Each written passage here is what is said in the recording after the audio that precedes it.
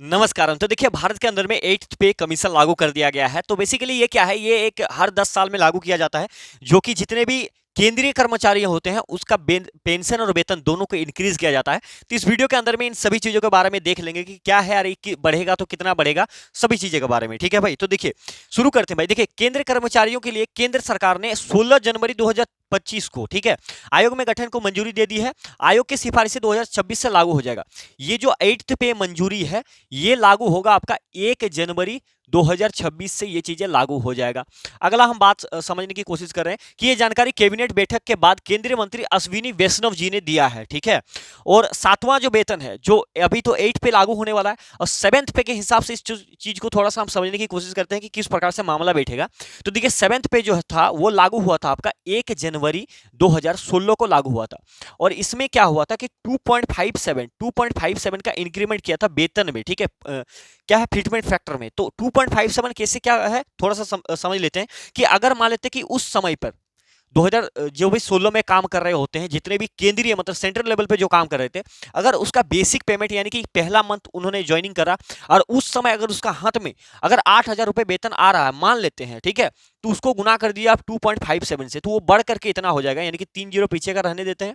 ठीक है, 8 7 56 के 6 हाथ मेरा 5, 8 पंचे 40 और 5 45 के 5 हाथ मेरा 4, 8 दूनी 16 और 4 कितना हो गया, 20 हो गया। दो संख्या पहले पॉइंट यानी कि 20,560 रुपया हो जाएगा। ठीक है, फिटमेंट फैक्टर ये है भाई, मतलब वेतन आयोग का नियम है इस प्रकार से। तो हर बार तय करा जाता है कि किस प्रकार से महंगाई को देखने के अनुसार ये पता लगाएगा कि कितना गुना बढ़ाने की चांसेस है। ठीक है भाई, अब इस बात को समझ गया। अब यहाँ पर अगला टर्म को समझते हैं कि 7वें वेतन आयोग जो पे कमीशन है वो 1 जनवरी 2026 से लागू हुआ था और इससे करीब 1 करोड़ लोगों को फायदा हुआ था।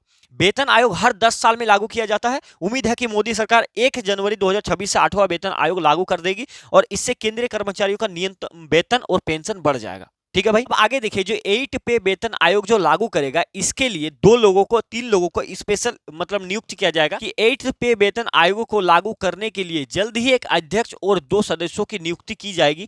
ठीक है, ये 3 लोगों को आयोग नियुक्त किया जाएगा जो कि ये डिसाइड करेगा कि कितना फिटमेंट फैक्टर इस बार हमको बढ़ाना चाहिए महंगाई के देखने के अनुसार। ठीक है, अब हम आगे बात करने लग रहे हैं कि 8 पे जब कमीशन लागू हो जाएगा तो क्या फर्क पड़ेगा। ठीक है भाई, तो देखिए केंद्रीय सरकार हर 10 साल में नया वेतन आयोग लाती है। अभी 7वां वेतन आयोग चल रहा है और इसका कार्यकाल जो है 31 दिसंबर 2025 को खत्म हो जाएगा, जो मैंने आपको पहले बताया। साल 2026 से 8वां वेतन आयोग लागू हो जाएगा और 8वें वेतन आयोग का वेतन मैट्रिक्स 1.92 के फिटमेंट फैक्टर का इस्तेमाल करके तैयार किया जाएगा। ठीक है, ये क्या है उसको भाई बता रहे हैं, आगे बता रहे हैं, देखिए समझिए।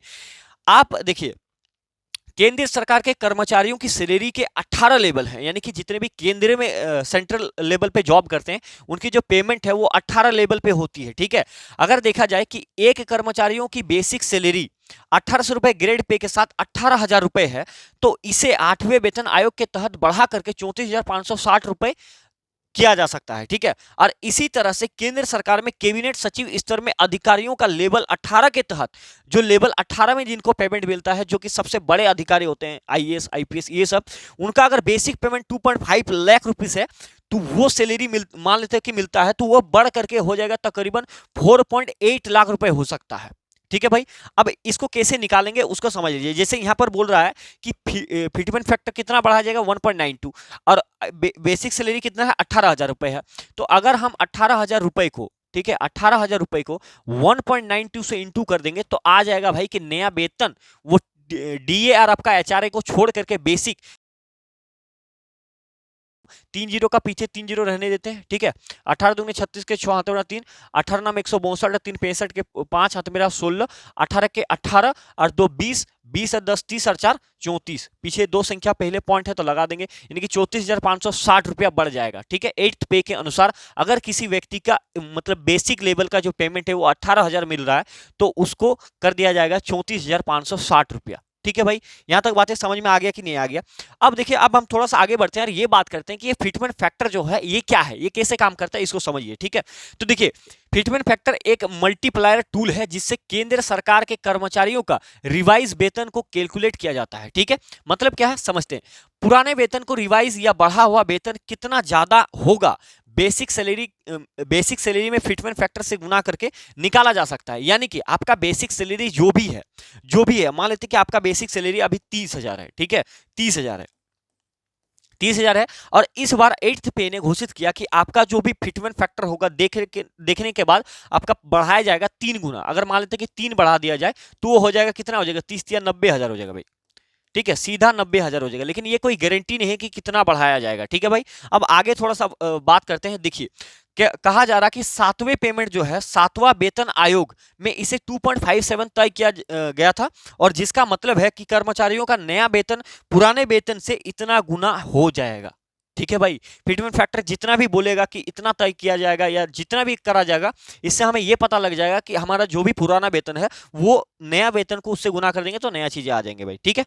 अगला देख लिया जाए। फिटमेंट फैक्टर एक नए वेतन को ऐसे कैलकुलेट किया जाता है जैसे आपका जो भी नया सैलरी होगा तो आपका जो भी बेसिक पेमेंट है उसको रख दीजिए, और जितना का फिटमेंट फैक्टर इंक्रीज होगा उसको रख देंगे, दोनों को आपस में गुना कर लेंगे तो नया सैलरी बन जाएगा। जिसको पता करना है आप कर सकते हैं। इसे एक उदाहरण से समझिए। मान लीजिए कि किसी कर्मचारी की बेसिक सैलरी जो 10,000 रुपए है, ठीक है, और फिटमेंट फैक्टर जो है 2.57 है, तो रिवाइज सैलरी कितना होगा, नया सैलरी कितना होगा, तो 10,000 गुना 2.57 इक्वल टू 25,700 रुपए बन जाएंगे, ठीक है।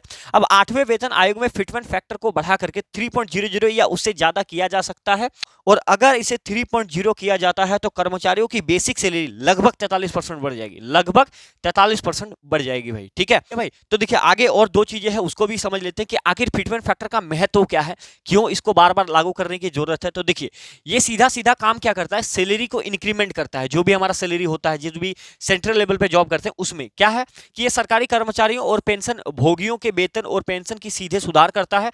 दूसरा नंबर क्या है कि महंगाई के साथ बैलेंस करता है, ये महंगाई के बढ़ते लेवल के साथ कर्मचारियों को आर्थिक राहत देता है।